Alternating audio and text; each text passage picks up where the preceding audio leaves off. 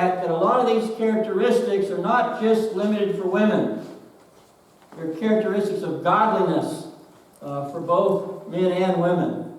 Turn with me, if you would, to 1 Samuel chapter 25.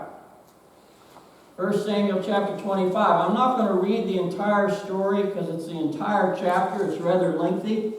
But there is a portion of it I want to read, and then I'll sort of recap for you the events going on there. In 1 Samuel 25, I'd like to begin with verse 28.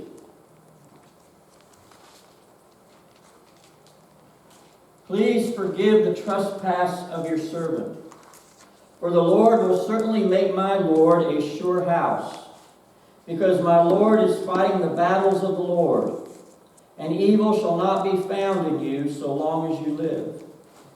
If men rise up to pursue you and to seek your life, the life of my Lord shall be bound in the bundle of the living in the care of the Lord your God. And the lives of your enemies he shall sling out as from the hollow of a sling. And when the Lord has done to my Lord according to all the good that he has spoken concerning you, and has appointed you prince over Israel, my Lord shall have no cause of grief or pangs of conscience for having shed blood without cause or for my Lord, working salvation himself.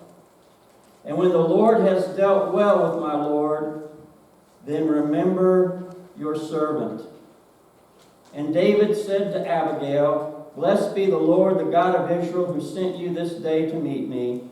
Blessed be your discretion, and blessed be you, who have kept me this day from blood guilt and from working salvation with my own hand. For as surely as the Lord, the God of Israel, lives, who has restrained me from hurting you, unless you had hurried and come to meet me, truly by morning there had not been left to Nabal so much as one male. Then David received from her hand what she had brought him, and he said to her, Go up in peace to your house. See, I have obeyed your voice, and I have granted your petition.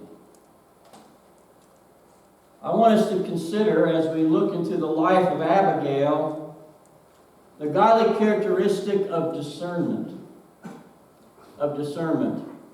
And I'm reminded of the story where the gentleman who was something of an art critic, and he and some friends were going to an art gallery, and he was looking forward to telling them and critiquing some of the various art for them because of his training and experience with art.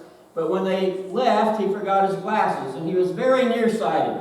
He could hardly see his hand in front of his face, but he thought, I can wing it. I can talk about in some abstract terms about the art, and I'm sure I can wing this critique of the art. And so they get to the art gallery, and he goes up to a frame, and he's gazing upon it, and he says, Why would the artist paint such a hideous creature?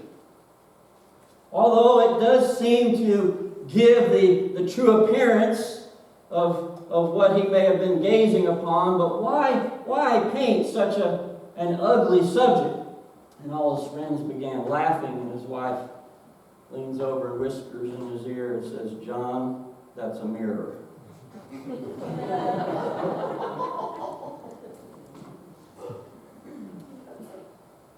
I wonder sometimes how much we might be like that. We're quick to critique and criticize, but we're so nearsighted we don't see the reality before us sometimes. I'm reminded of where Jesus, in talking about judging, said, first get the plank out of your own eye so you can then see clearly to help your brother with the speck in his eye. Little background, what's going on here. The prophet Samuel was on the scene. He was the last of the judges. He was also a prophet. He was the prophet who was granted by God, instructed by God, to anoint and crown the first kings of Israel. And he had crowned and anointed Saul to be king. And Saul started out okay, but he soon began to become somewhat selfish and wanting to do things his way and not fully obeying the word of the Lord. And God was displeased with Saul. And so Samuel was instructed to go and find another subject to be king. And the one whom the Lord led him to was David. And he anointed David to be king. While Saul was still king, he anoints David. And so, in time, though David was considered very fond by Saul, was considered like a brother or a son to Saul, in time, Saul became very envious, jealous of David and David's victories and David's popularity. And David found himself on the run because he was on the topmost wanted list of Saul. And David and about 600 men who accompanied him left that region, went to another region in the south of the country, the region of Paran and so forth, to flee away from Saul. And when they were in that region, they sort of adopted the people of the region to protect them, because there were all these other Midianites and Amalekites and Edomites and the Moabites and Philistines and all these groups that were eager to oppress God's people.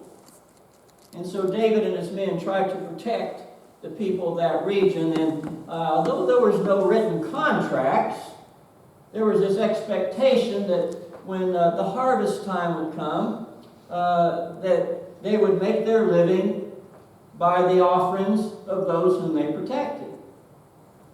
And so it was that time, and they were shearing the sheep and various things, and the various people were gladly contributing to support David and his men because they had been protecting them.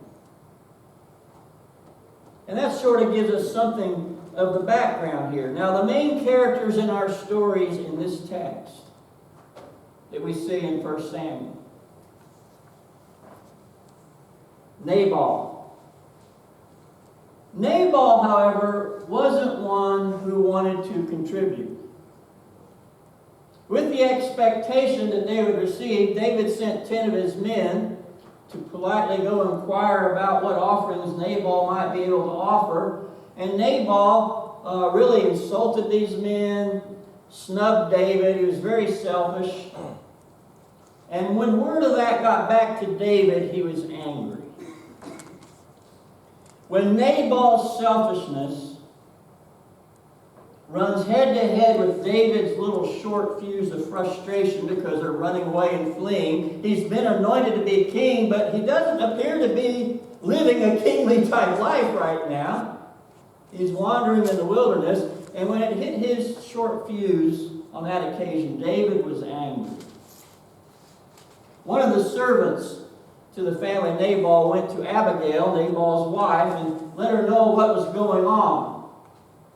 And so we have Abigail entering the picture here, a woman who is wise as her husband is foolish.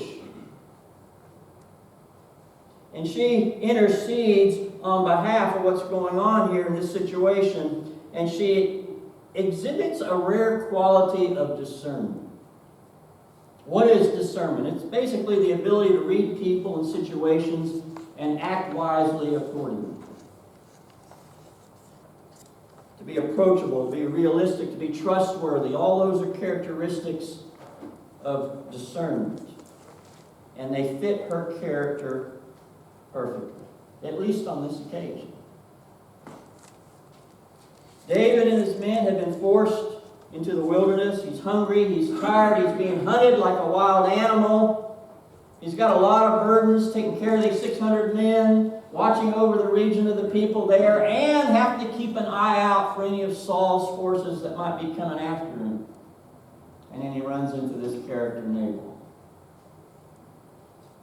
He wasn't going to put up with it at all.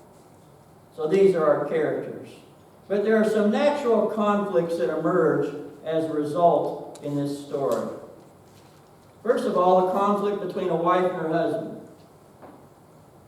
Do such things happen today? Who was the first one to say that? My wife. Nah. Of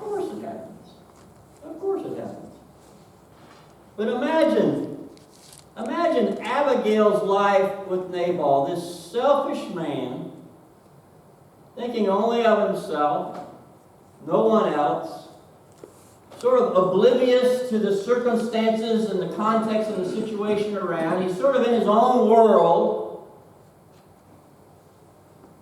And here's Abigail in that situation. Two people who appear to be opposites, husband and wife.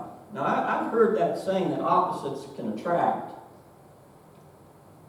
Well, maybe there could be an attraction there, but I'm not sure how long a relationship can be sustained if they're opposites on a regular basis. I wonder about that. Nabal thinks only of himself. Then we have the conflict between David and Nabal, because he's insulting David. He's insulting their ability to try to help care for the people of the community. And he's even protected Nabal and his family and his servants. And we have this conflict, and he insults his men. So we have this ready-made conflict, and David's about to send his men to go and really reckon with him rather harshly, it would seem. But Abigail begins to head off the conflict with David. Now, I suppose if you're Abigail and you're the wife of this selfish man, thinks only of himself, maybe you're in a very harsh relationship with your own husband. I could imagine that maybe she might think, something like, oh, wow, the Lord works in mysterious ways. I hope his death is quick and painless. She could have easily thought something like that. But she considers the consequences of David's rash actions. The consequences not just upon her family and Nabal, but the consequences that might bring David, the future king of Israel, of leading the people. And she prepares a feast for David and his men and rides out to meet them. She doesn't wait for them to come because they're coming in anger. She rides out to meet them and has all kinds of feast and food and gifts. She shows discernment and great courage at the same time. What are the results of some of her use of this gift of discernment? She shows diplomacy and tact. She calls herself David's maidservant 6 times. 14 times she refers to David as my Lord. So we see right off the bat that there's humility in the presentation that she's making to David, interceding on behalf of her husband, but without excusing his foolishness. And with her gifts and her actions, she affirms loyalty to David and his men, interceding. David realizes that Abigail may have just kept him from making a serious mistake. Abigail realizes she saved her husband, but there would be no words of thanks from him. Her reward would have to come from the Lord, and knowing she's done the right thing. So we have a story of courage and grace. And isn't it interesting, if you read on in the text past where we read, it says about 10 days later the Lord struck down Nabal dead. And Abigail becomes David's wife. So, what's that old saying? The Lord says, the revenge is his, he will repay. Sometimes we want to take vengeance in our own hands before we even allow God the opportunity to take care of the situation. But God took care of it for him. And then Abigail and David wound up being married themselves. What are some things we can learn from the value of discernment in our own lives? I'm reminded of the little town that had only one barber shop. And Everybody wanted a haircut, went to the barber shop. Then one day, one of those fancy hair salons came in and set up shop in town across from him. And his business began to dwindle at the barber shop because the hair salon had an advertisement, haircuts, $3. The barber was losing business, and he thought, I don't know if I can stay in business or not. So with a last-ditch effort, he hired a business consultant to go over his books and his marketing and so forth. Excuse me. And he was trying to save his business, but it had all gone across the street for the $3 haircuts. And the consultant looked over his books and went through all the day, asked a lot of questions. At the end of the day, the barber said, do I need to close up shop? He said, no, not yet. Let's try something. I've got an idea. And the next day, the business consultant comes, has this huge banner, and puts it out in front of the barber shop, and it says, we fix $3 haircuts. And he got his business back. We fix $3 haircuts. Looking at the situation and discerning what can we do to improve the situation that we have. Abigail received reward for her faith, courage, and discernment. A soft touch, a timely word spoken in gentleness and love can often prevent many foolish actions from causing disaster. Gentle answers, not fiery debates, can often turn away wrath. Where is this discernment? Wisdom is rewarded with relief when we look at discernment. You may think you have every right to even the score with someone else, to take revenge, pay back, if you will, with someone maybe who's harmed you. With the Lord's strength, we need to resist that urge. Allow Him opportunity to intervene. Take a step back from that emotional anger and try to get into a place of discernment and see the whole situation. Get our glasses back on so we can see clearly what the situation is. Ask ourselves some questions like, how important are these people to me? How important is God to me? How important are all these relationships? Sometimes even with friends, certainly, I can probably assume, some of you even have friends who sometimes sort of get under your skin, rub you the wrong way, irritate you, maybe say something that harms you. Even among friends, we need to take a step back and ask ourselves, is this relationship important?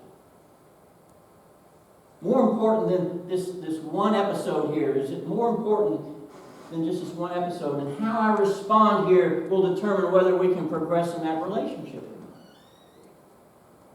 Discernment. What a quality. God has great plans for your life. Don't destroy them with a brief moment of satisfaction in fulfilling your own personal revenge agenda. We need to model our lives with the qualities of discernment to be effective servants in the Lord's kingdom. It takes great courage to be an Abigail. It's not easy. But she saw that if something wasn't done, disaster awaited. For her, for Nabal, and consequences even for David. Perhaps you know someone who's on a collision course to disaster. Maybe you're on that collision course to disaster. Step back. Take a step back. More clearly look at that situation and beseech God for wisdom, for discernment on what to do. I think if you seek after that, rather than acting in vengeance, you're going to find a far better outcome for all parties. Courage. Look at this text in Philippians. Philippians 1, verses 9 through 11. And it is my prayer that your love may abound more and more with knowledge and all discernment, so that you may approve what is excellent, and so be pure and blameless for the day of Christ, filled with the fruits of righteousness that comes through Jesus Christ, to the glory and praise of God. Did you catch what it said there? Abound more and more with knowledge and all what? Discernment. To honor and glorify God. We all have to make choices. We all have to make decisions. Let's seek to include God in that decision process. One thing that I've tried over the years, and I still wrestle with it sometimes, is a situation emerges and it gets me my dander up. I try not to make major decisions when my emotions are welling up in me, because sometimes I don't make the wisest choices when the emotions are welled up. Try to step back, just have a little time, let that subside so I can see more clearly and discern maybe the better course of action. Not that I'm perfect at it, but I encourage you to strive to be all the more like that as well, in being discerning and not hasty. God has a work for us to do, to share the gospel with others. He doesn't want us charging in there with anger to destroy. He wants us to have some discernment and love and thinking of the welfare of others first. And if we do it in that fashion, He will be honored and glorified. And people will be blessed. Are you a person like that? Let's stand as we sing.